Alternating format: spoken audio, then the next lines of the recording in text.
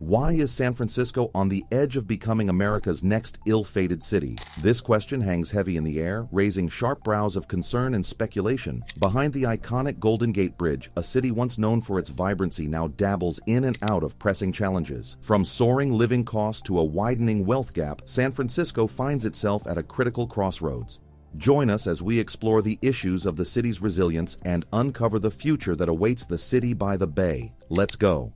Living in San Francisco is like riding on a thrilling roller coaster ride, but instead of adrenaline, you'll be feeling the pinch in your wallet. Get set for some jaw-dropping numbers that'll make your eyes pop out like a cartoon character. Now, we're not trying to scare you, but let's talk about the cost of living in the city by the bay. According to Bankrate, San Francisco is a whopping 28% more expensive than the average cost of living in California. And if that wasn't enough to make you do a double take, get ready for this. It's a mind-boggling 79% higher than the national average. What? So what exactly makes living in San Francisco feel like you're constantly reaching for your wallet? Well, let's break it down. Utility bills in the city are a jaw-dropping 32% higher than the rest of the country. I mean, who knew electricity and water could be such luxury items? It's like your utility bills are doing a fancy high-wire act, balancing on the edge of financial sanity. And let's not forget about food costs. If you thought your grocery bill was a little hefty, just wait until you experience San Francisco's food prices. They're a staggering 31% higher than the national average. It's like your grocery cart is doing a marathon sprint, running away from your budget faster than you can say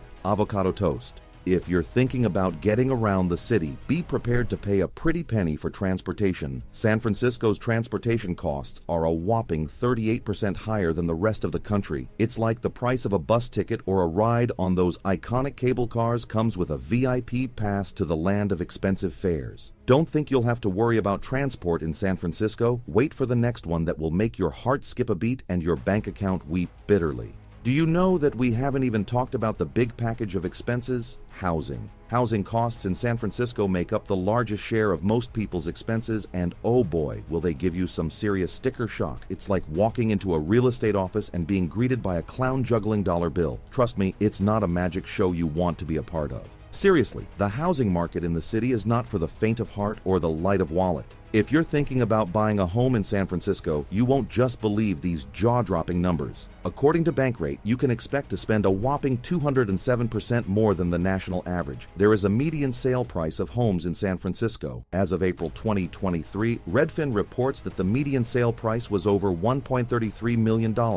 That's right, million. It's like the price tags on these homes are singing, "Can't touch this." And just when you think it can't get crazier, remember that half of the homes sold for even more than that. If buying a home is not in your financial cards, don't worry. Renting in San Francisco will give your budget a run for its money too. According to Bankrate, the average monthly rent is around $3,300. That's like paying for a luxury vacation resort every single month, except instead of sipping cocktails by the pool, you're sipping a cup of instant ramen in your cozy but pricey apartment. This cost has been so skyrocketed that even the pigeons have started charging rent. It's a cost that's beyond the means of many hardworking Americans who might need to start considering a side gig as a human Tetris player to fit into their budget. But you won't know who's behind this surge: the BlackRock. As one of the largest real estate owners in the nation, BlackRock wields significant influence over the real estate market, potentially exacerbating the housing crisis. Startling findings from a report indicate that private equity-backed landlords, including BlackRock, are 18% more likely to evict tenants compared to corporate landlords without equity backing. That's crazy, and something needs to be done urgently. Do you think people in San Francisco are really finding this funny, or maybe they are hooked up in greener pastures that fends their needs? Let's find out.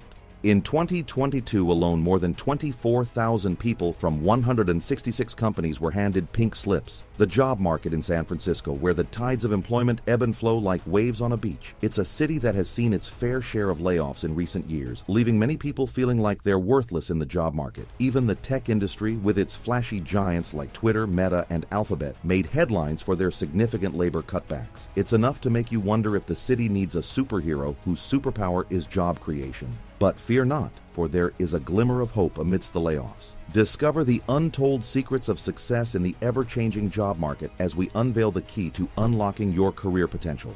San Francisco County had an unemployment rate of 3.0%, lower than the national rate. It's like a small victory in the battle of employment statistics, reminding us that the job market is a complex dance with its ups and downs. But let's take a look at what the shops in San Francisco are currently facing. Do you know that presently it's a gloomy scene around shops, especially the Oracle Park in San Francisco, despite the massive crowds of 42,000 passionate baseball fans flocking to every game? These once vibrant stores, shops, bars, and restaurants around the park have closed their doors. The street conditions have become so dire that opening a business in this part of the city seems like a risky proposition. Oracle Park, formerly known as Pacific Bell Park, SBC Park, and AT&T Park, is a beloved baseball stadium located in the Soma district of San Francisco. It has been the home of the San Francisco Giants since 2000. However, the recent naming rights purchase by Oracle Corporation in 2019 hasn't been enough to save the surrounding businesses from the ongoing struggles. The situation is not limited to Oracle Park's vicinity. The departure of Nordstrom from the shopping center triggered a wave of closures throughout downtown San Francisco. Even popular stores like Macy's, The North Face, and Zara have announced their closures, leaving many employees without jobs. The list of shuttered businesses includes T-Mobile, Express, Diesel, The Gap, Old Navy, H&M. It's a disheartening trend that is taking a toll on the vibrant Union Square neighborhood. Considering these circumstances, the future of Union Square appears uncertain. The once bustling and vibrant hub are now grappling with closures and a bleak outlook. It's a challenging time for the community, and the road to recovery seems long and arduous. But let's move to the biggest deal in our beloved city: homelessness. Why does it feel like half the city's people are without homes? Something shocking and mind-blowing happened in San Francisco. In 2023, the number of people experiencing homelessness reached a staggering 20,000, which was twice as much as the official count. Homelessness became an ongoing issue in the city, causing a lot of concern. Public encampments were a major point of contention. It seemed like the city couldn't catch a break. On January 30th, 2023, there's this fancy federally funded point-in-time count happening. They do it every 2 years to count up all the homeless peeps. And guess what? The results could either make or break the mayor's claims of being a homelessness-solving superstar or becoming homeless. The suspense is killing me.